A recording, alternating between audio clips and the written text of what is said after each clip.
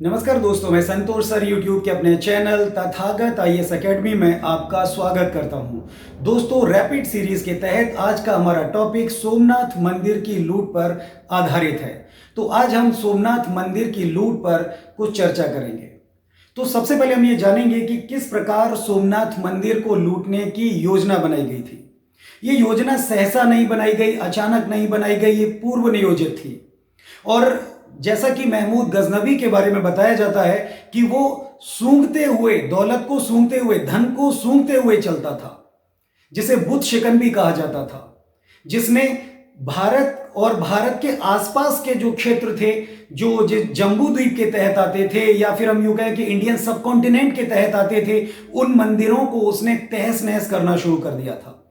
सोमनाथ मंदिर को लूटने के लिए वह गजनी से चल दिया था, और जब गजनी से वो निकला तो उसके साथ 80,000 लोगों की सेना थी, जिसमें 30,000 घोड़े, हाथी और कई जानवर, खच्चर या टट्टू वगैरह भी थे। जिनमें से 30,000 घोड़ों पर या खच्चरों पर उसने खाने पीने की सामग्री लाद रखी थी, जो कि वो जानता था कि उसको राजपुताने से होकर के निकलना है, और वो ये भी जानता था कि राजपूत अपने क्षेत्र से उसे आसानी से निकलने नहीं देंगे और मरुस्थल में उसके साथ कोई भी अनहोनी हो सकती है। इसलिए उसने अपने प्रत्येक सैनिक को यह आदेश दिया था कि हर सैनिक अपने साथ 7 दिनों का भोजन साथ में लेकर के चले। अतः 30,000 घोड़े और खच्चर सिर्फ भोजन और पानी को ही ले जाने के लिए उपलब्ध कराए गए थे। इस तरह से जनवरी के महीने में, जनवरी 1025 में, जो महमूद गजनवी था वो अनहिलवाड़ पहुंचा, और अनहिलवाड़ जब वो पहुंचा तो वो एक तरीके से ताज्जुब में पड़ गया। और ताज्जुब भी किस बात का था कि वहां का जो राजा था वो पूरी तरीके से अपने राज्य को छोड़ करके भाग चुका था, जिनका नाम राजा भीमदेव था। भीमदेव अपने राज्य को छोड़कर भाग गए। जब वो भाग गए तो फिर महमूद गजनवी को उस राज्य को लूटने में बहुत आसानी हुई, क्योंकि कोई प्रतिरोध करने के लिए तैयार न हुआ। लिहाजा ये जो लूट थी, ये इतिहास की सबसे बड़ी लूटों में शामिल हो गया था। इसके बाद उसने सोमनाथ मंदिर की ओर अपना रुख किया, और सोमनाथ मंदिर जो काठियावाड़ के तट पर, काठियावाड़ का जो समुद्र तट था वहां स्थित था, तो वहां पर इसने अपने डेरे डाल दिए। सोमनाथ मंदिर कहा जाता है एक दुर्गनुमा, एक सुरक्षित विशाल मंदिर था, जिसे बनने में ही हजारों सालों का समय लगा था। लेकिन इस बात को लेकर के इतिहासकार अपनी अलग अलग राय देते हैं। कुछ लोग कहते हैं कि 100 वर्ष पहले बना था, और कुछ लोग कह देते हैं महाभारत कालीन था। कुछ लोग इसे बौद्ध धर्म से जोड़ करके बताते हैं कि यहाँ पर पहले बौद्ध स्तूप हुआ करता था और उसके ऊपर इस मंदिर का निर्माण किया था। वहीं जैन लोग यह दावा करते हैं कि यहां पर पहले जैन चैत्य हुआ करता था। तो अलग अलग सबके मत हैं इस चीज को लेकर के कि सोमनाथ मंदिर आखिर में था क्या। तो सोमनाथ मंदिर को लूटने के लिए जिस तरीके से महमूद गजनवी ने अपने डेरे डाले हुए थे, तो पहला हमला जो किया उसे ब्राह्मणों ने विफल कर दिया, दूसरे हमले को भी ब्राह्मणों ने विफल कर दिया, और तीसरा हमला भी विफल हो गया। लेकिन जब तीसरा हमला भी विफल हुआ तो उस विफलता से महमूद गजनवी को काफी खिन्नता हुई, काफी वो चिड़चिड़ा हो गया। उसने अपने अधिकारियों को बुलाकर के कहा कि आखिर ऐसी कौन सी ताकत, कौन सी शक्ति है कि आप हर बार यहां से हार करके आ जाते हैं। क्योंकि मंदिर में 50,000 पुरोहित थे, 50,000 ब्राह्मण थे, और वो लगातार उनका प्रतिरोध कर रहे थे। लेकिन जब उन्होंने यह घोषणा करनी शुरू कर दी, ब्राह्मणों ने यह घोषणा शुरू कर दी, क्योंकि उनको उनका उत्साहवर्धन हो रहा था, वो पहली बार हरा चुके थे, दूसरी बार हरा चुके थे, ऐसे करके वो 3 बार हरा के सेना को भगा चुके थे, और संभवतः ये सेना की जो टुकड़ी थी वो बहुत छोटी रही होगी। लेकिन ये 3 बार की जो विजय, जो अभियान थे इनके, उससे ब्राह्मणों के हौसले जो थे वो बहुत ज्यादा बढ़ गए, और उन्होंने अनर्गल बातें करनी शुरू कर दी कि भगवान सोमनाथ में इतनी शक्ति है कि कोई भी व्यक्ति उनको किसी भी प्रकार का अहित नहीं कर सकता है, या कोई भी व्यक्ति उनको नुकसान नहीं पहुंचा सकता है, मंदिर में प्रवेश नहीं कर सकता है, या किसी भी प्रकार का भगवान सोमनाथ को नुकसान नहीं पहुंचा सकता है। और भगवान सोमनाथ विधर्मियों के इस कृत्य से बेहद नाराज हैं और उनका प्रकोप, उनका कोप, उनका श्राप इन विधर्मियों के ऊपर लागू होगा। तो ये चीज सुनने के बाद फिर जो महमूद गजनवी जो था, ये काफी हद तक गुस्सा हुआ और इसने अब एक आखिरी और जोरदार और एक बड़ा हमला करने की ठान ली। ये जो बड़ा हमला था, ये जो विशाल हमला था, जब ये हमला हुआ तो बड़े पैमाने पर यह नरसंहार हुआ, क्योंकि सोमनाथ मंदिर में अकेले नृत्य करने वाली जो नृत्यांगना थी वो भी हजारों में उनकी संख्या थी। मंदिर के चारों ओर जो फल बेचने वाले लोग थे, फूल बेचने वाले लोग थे, प्रसाद बेचने वाले लोग थे, वो भी बड़ी संख्या में वहां निवास करते थे।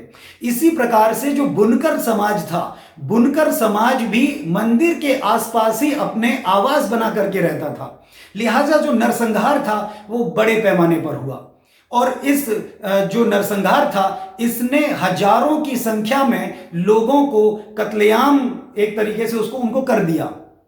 फाइनली जो प्रतिरोध कर रहे थे ब्राह्मण, अब वो धीरे धीरे शिथिल होने लगे। उनकी ताकत कम होती जा रही थी, उनका असला बारूद बहुत कम हो रहा था, उनके पास जो वेपन्स यानी कि जो हथियार थे अब वो खत्म होते चले जा रहे थे।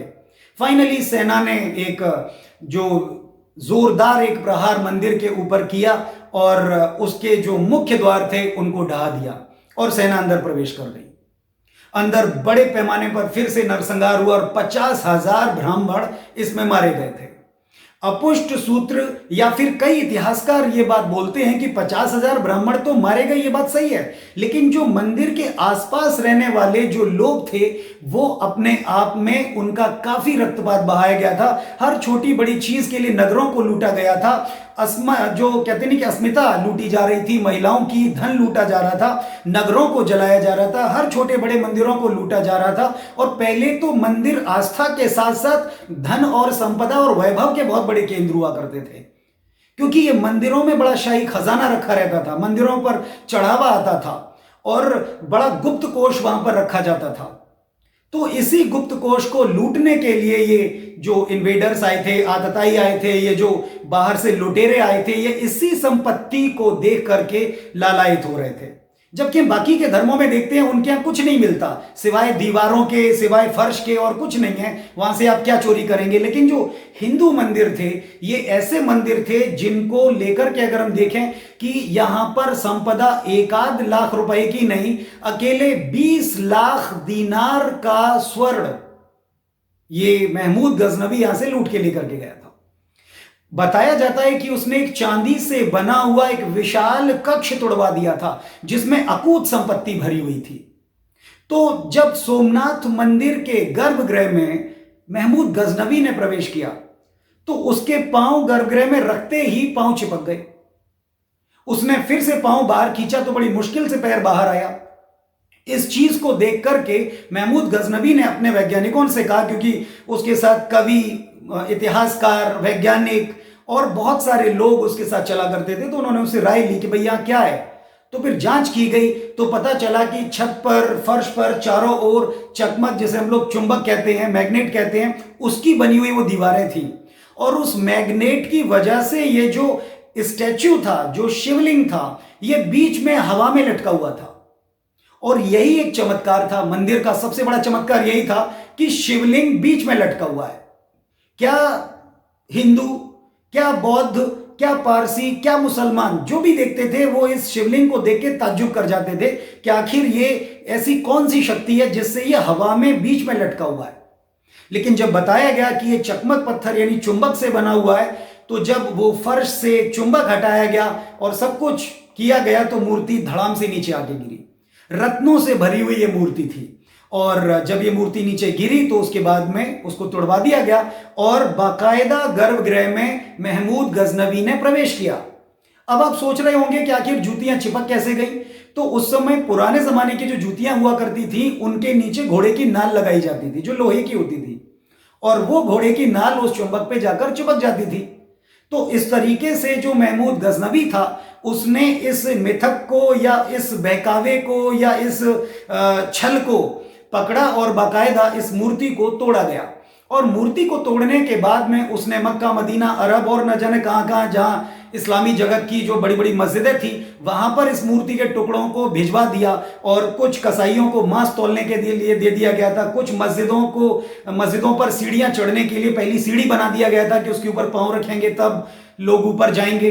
तो इस प्रकार से जो सोमनाथ मंदिर की लूट थी ये अपने आप में एक बहुत बड़ी और एक विशाल लूट हुई, क्योंकि राजा भीमदेव थे वो अपनी जान बचा करके भाग गए थे और अपनी जनता को, अपनी प्रजा को भगवान भरोसे छोड़ गए थे, भगवान सोमनाथ के भरोसे छोड़ गए थे, जो लिहाजा काटी गई और बाद में मार दी गई थी। तो ये बहुत बड़ी लूट जो सोमनाथ मंदिर की थी, इसको लेकर के इतिहासकारों ने अपने अलग अलग मत दिए हैं, जिसमें सबसे ज्यादा जो विवादास्पद या यूं कहें कि सबसे ज्यादा एक अलग सोच का जो मत है वो रोमिला थापर जी का है। तो उन्होंने अपनी एक अलग राय रखी है। मैं रोमिला थापर जी के बारे में बता दूं कि एनसीईआरटी की 7th क्लास की किताब, ये जो बच्चे पढ़ते हैं हमारे यहाँ, वो रोमिला थापर की ही लिखी हुई किताब है, जिसे पढ़कर के बच्चे हमारे बड़े होते हैं और हम लोग बड़े हुए हैं और हम लोगों ने उनकी ये किताबों को पढ़ करके बड़ी नसीहतें ली हैं। तो रोमिला थापर जी ने अपने कुछ विचार रखे हैं जो मैं आपके साथ शेयर करूंगा। रोमिला थापर जी ने सोमनाथ मंदिर की लूट के लिए उन्होंने बताया कि ये 16वां आक्रमण था, और बताया रोमिला थापर ने कि 1169 के एक शिलालेख का उन्होंने हवाला दिया है, और उसमें उल्लेख में वो बताती हैं कि जिसमें सोमनाथ मंदिर के मुख्य पुजारी, यहां ध्यान दीजिए, मुख्य पुजारी भव बृहस्पति, ये जो भव बृहस्पति थे मुख्य पुजारी थे, तो उन्होंने राजा कुमारपाल से ये कहा कि सोमनाथ मंदिर की जो सोमनाथ मंदिर, जो पुराना सोमनाथ मंदिर है वो लकड़ी से बना हुआ है, तो कृपा करके आप उस मंदिर को पत्थर में परिवर्तित करवाने की कृपा करें। तो यहां पर जो भव बृहस्पति की बात कर रही है रोमिला थापर जी, कि वो ये कह रही हैं कि 1169 का ये अभिलेख मिला है, वो भी सोमनाथ मंदिर की जो जगह है वहां मिला है। तो उनका ये कहने का मतलब है कि इस अभिलेख में जो 1025 में जो हमला हुआ महमूद गजनवी का, उसका कोई उल्लेख नहीं है। और दूसरी सबसे बड़ी बात कि ये जो भव बृहस्पति हैं, इन्होंने ये कहा है कि वो काशी बनारस के बहुत ही प्रकांड विद्वान परिवार से संबंधित है। भगवान सोमनाथ ने ही उनको यहां पर स्थापित करने के लिए आदेश दिया है। और दूसरी सबसे बड़ी बात ये कि अगर मंदिर पहले से मंदिर था तो फिर 1196 में पुराना लकड़ी का मंदिर कहां से आ गया? और अगर 1196 में पुराना लकड़ी का मंदिर था तो जो 1025 में महमूद गजनवी ने जिसे तोड़ा था तो वो कौन सा मंदिर था? तो रोमिला थापर यहां बिल्कुल स्पष्ट करती हैं कि हो सकता है कि यह हमला हुआ ही ना हो, महमूद गजनवी ने सोमनाथ पे आक्रमण किया ही ना हो, या वो मंदिर तोड़ा ही नहीं गया हो। तो ये तो उनकी एक बात हो गई रोमिला थापर जी की। अब वो दूसरी बात बताती हैं, दूसरी बात ये देती हैं कि उनका एक जो तर्क है, वो कहती हैं कि सौराष्ट्र के उपजाऊ मैदान, सौराष्ट्र मतलब गुजरात के उपजाऊ मैदान तथा बंदरगाहों का प्रयोग अरब में महमूद गजनवी करना चाहता था। जो यहाँ की फसल है, उपज है, व्यापारिक एक पृष्ठभूमि वो बताना चाह रही हैं कि व्यापार के लिए ये आक्रमण था।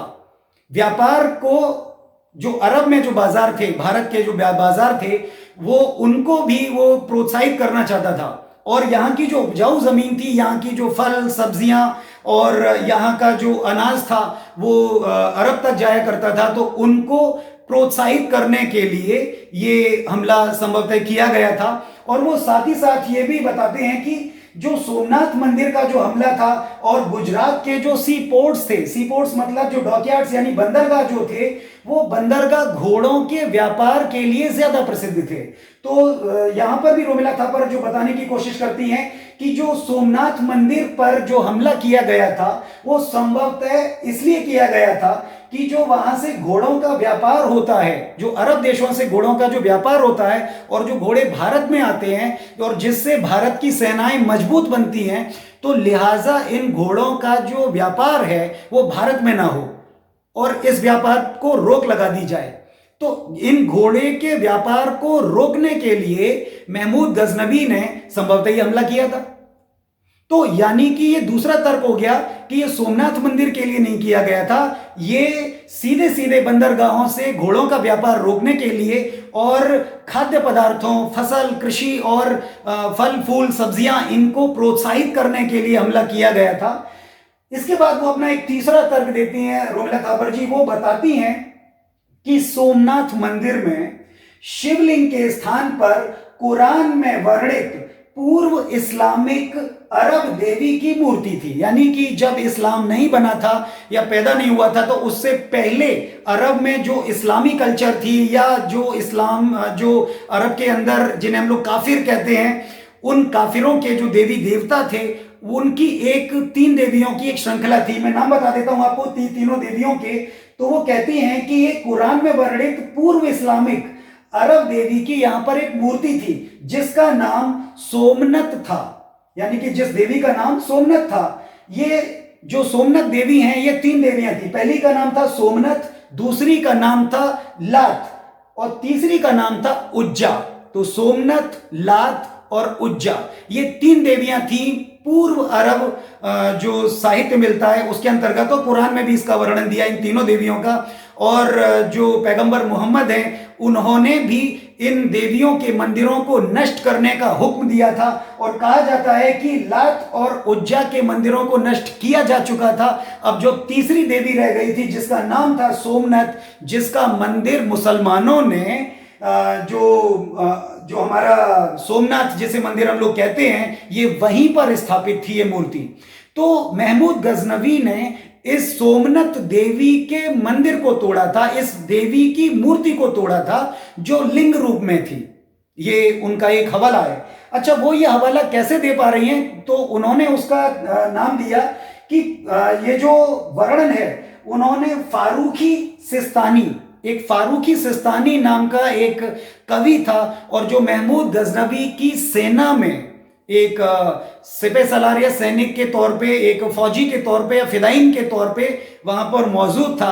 तो फारूकी सिस्तानी के आधार पर रोमिला थापर ने यह दावा किया कि ये फारूकी बंदा ये कह रहा है कि मेरी आंखों के सामने है कि वहां पर किस प्रकार से जो पूर्व अरब इस्लामिक देवी थी उसका मंदिर या उसका जो पूजा स्थल था उसको महमूद गजनवी ने तोड़ दिया था या धूल धूसरित कर दिया था या उसे बर्बाद कर दिया था। इसी तरीके से प्रोफेसर मोहम्मद हबीब के बारे में बात करूं तो प्रोफेसर मोहम्मद हबीब का मानना है कि महमूद गजनवी बिल्कुल भी धर्मांध नहीं था। वो सभी लोगों से बड़ा प्यार करता था और वो सभी लोगों की नजर में एक बहुत ही सुपर हीरो और सुपर स्टार और एक तरीके से एक बड़ा नायक था जो इस्लाम के नियमों को, कायदे कानूनों को और इस्लाम की बातों को फैलाने के लिए निकला था और उन लोगों को दंडित करने के लिए निकला था जो इस्लाम के बताए रास्ते पर नहीं चलते हैं या जो महमूद गजनवी का जो सुन्नी मत था उसके रास्ते पर नहीं चलते हैं। और यह भी कहा जाता है कि उसने उन लोगों को भी तंग किया जो गैर सुन्नी मत वाले लोग थे, यानी कि जो शिया लोग थे या जो बहावी लोग थे या जो और किस्म के जो और शाखाओं के जो मुसलमान हैं उनको भी उसने उसी तरीके से तंग किया था जैसे कि उसने हिंदुओं को किया। तो यहां पर ये जो बात बोली गई है कि हबीब साहब भी जो बोल रहे हैं वो भी यही उनका मानना है कि ये धर्मांध बिल्कुल भी नहीं था, बस ये लूटने के उद्देश्य से भारत में आया था, यानी धन संपदा को लूटने के उद्देश्य से आया था। ये बिल्कुल भी धर्मांध नहीं था। इसी तरीके से अगर हम देखें तो ये जो बुत शिकन था इसको भी जो खलीफा था उस खलीफा ने, बगदाद के खलीफा ने भी इसको जो सोमनाथ मंदिर को तोड़ने के एवज में या सोमनाथ मंदिर को नष्ट करने के एवज में इसको इस्लाम जगत का सितारा की संज्ञा दी थी। ये पूरे इस्लाम जगत का सितारा बना गया। तो इस तरीके से जो महमूद गजनवी है जिसके बारे में कहा जाता है कि जिसे बुत शिकन कहा जाता है, मूर्ति हंता कहा जाता है, ये कोई मामूली व्यक्ति बिल्कुल भी नहीं हो सकता है, क्योंकि जो इस्लाम से परे एक शब्द या एक बात को भी सुनना या महसूस करना या झेलना नहीं चाहता है। इसने जितने भी भारत में मंदिर थे या आस्था के केंद्र थे, खुद महमूद गजनवी मथुरा के मंदिरों के बारे में, वृंदावन के मंदिरों के बारे में उसने हवाले दिए हैं और उत्बी ने भी काफी हवाले दिए हैं कि किस प्रकार से मथुरा के जो विशाल मंदिर थे, ये इतने विशाल मंदिर थे कि जो हजारों किलों के बराबर थे, यानी एक नहीं दो नहीं, एक एक हजार किले के बराबर ये विशाल मंदिर थे। और जो मध्य का मंदिर था वो बिल्कुल जन्नत के समान खूबसूरत था, और इतना खूबसूरत था कि जिसे बनाने में सदियां गुजर जाए। महमूद गजनबी खुद भी इस चीज को मानता था कि ये जो मंदिर बनाए गए हैं मथुरा के, ये इतने विशाल मंदिर हैं कि इन मंदिरों को अगर 20 साल तक लगातार लेबर बनाती रहे तो भी आसानी से ये रंग रूप और ये आकार प्रकार नहीं दे सकती है, और उनके बनने में 1000 दीनार की 20 लाख थैलियां खर्च करनी पड़ेंगी। तो आप अंदाजा लगा सकते हैं कि कितनी बड़ी रकम रही होगी। जिन मंदिरों को इन्होंने ध्वस्त किया, जिन मंदिरों को इन्होंने तोड़ा, जहां की अतुल संपत्ति को लूटा, ये कोई मामूली चीज नहीं रहे होंगे। तो पूरे राजपुताने के मंदिर, पूरे राजस्थान के मंदिर, और कुछ बुंदेलखंड के मंदिर, और कुछ हमारे उत्तर भारत के मंदिर जिसमें मथुरा है, वृंदावन है, कन्नौज है या थानेश्वर है, तो हर जगह के मंदिरों की जो लूटपाट इन्होंने की थी वो बाकायदा लूटने के उद्देश्य से ही की गई थी, क्योंकि अगर लूटने के उद्देश्य से नहीं की जाती तो ये इतनी बेरहमी इन मंदिरों के साथ कभी भी नहीं दिखा पाते। तो आज का हमारा जो टॉपिक था ये इसी चीज पर आधारित था कि सोमनाथ मंदिर को किस प्रकार से लूटा गया था और किस प्रकार से जो विद्वान हैं उनके क्या विचार रहे सोमनाथ मंदिर को लेकर के। तो मैंने आपको काफी सारे लोगों के हवाले भी दिए और उन्होंने बताया कि किस तरीके से सोमनाथ मंदिर को तोड़ा गया, और कुछ का ये मानना था कि संभवतः ये मंदिर था ही नहीं। कई लोगों ने तो इसे जैन मंदिर बताने की कोशिश की, तो किसी ने बौद्ध स्तूप बताने की कोशिश की। सबके अलग अलग मत हैं, लेकिन फिर भी हम अगर देखें तो भारत की राजनीति में आज भी सोमनाथ मंदिर एक बहुत बड़ा एक मुद्दा माना जाता है, क्योंकि आजादी के बाद इस मंदिर का जो पुनर्निर्माण किया गया था, किन परिस्थितियों में इस मंदिर का पुनर्निर्माण किया गया था वो सब हम जानते हैं, और किस प्रकार से डॉक्टर राजेंद्र प्रसाद को इस मंदिर का उद्घाटन यानी कि शिलान्यास करने के लिए पंडित जवाहरलाल नेहरू ने रोका था और कहा था कि इस देश का जो सेक्युलर फ्रेम है, एक जो पंथ निरपेक्ष जो फ्रेम है, उसको ठेस पहुंचेगी और एक समाज, एक तबका खुद को असुरक्षित महसूस करेगा। लेकिन इसमें कोई दो राय नहीं कि उन्होंने फिर भी इसका उद्घाटन जो भूमि पूजन था वो किया, और फाइनली आज हमारे पास एक विशाल और एक भव्य, एक नवीन सोमनाथ मंदिर सामने उपस्थित है। तो दोस्तों आज मैंने आपको जो चीज़ें बताई हैं, हो सकता है आपको ये बातें या आपको जो चीज़ें हैं इनमें कुछ कंट्रोवर्सी लगी हो। हालांकि मैंने ऐसी कोई बात बताने की कोशिश नहीं की है जो चलन से या पब्लिक डोमेन से बाहर हो। तो उम्मीद करता हूं कि आपको आज का ये वीडियो पसंद आया होगा। कल हम फिर किसी नए टॉपिक के साथ आपसे मिलेंगे।